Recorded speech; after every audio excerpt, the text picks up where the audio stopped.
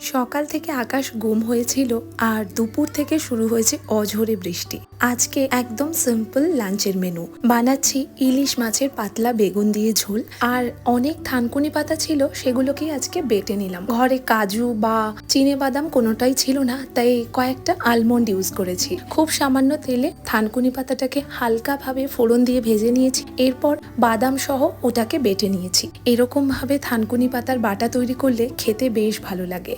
এদিকে পাট শাকের ভাজাও বানিয়েছি। পাট শাক খেতে আমার কিন্তু বেশ ভালো লাগে। কয়েক কোয়া রসুন আর সাথে পেঁয়াজ দিয়ে ভেজে নিয়েছি শাকটা। এখন বসেছি লাঞ্চ করতে। গরম গরম ভাতের সাথে স্যালাড, সাথে পাট শাক ভাজা, ইলিশ মাছের বেগুন দিয়ে পাতলা ঝোল, থানকুনি পাতা বাটা আর লেবু। ইলিশ মাছটা ভীষণ ফ্রেশ ছিল, তাই খেতেও দুর্দান্ত লাগছিল। সব মিলিয়ে লাঞ্চটা বেশ ভালো হয়েছে।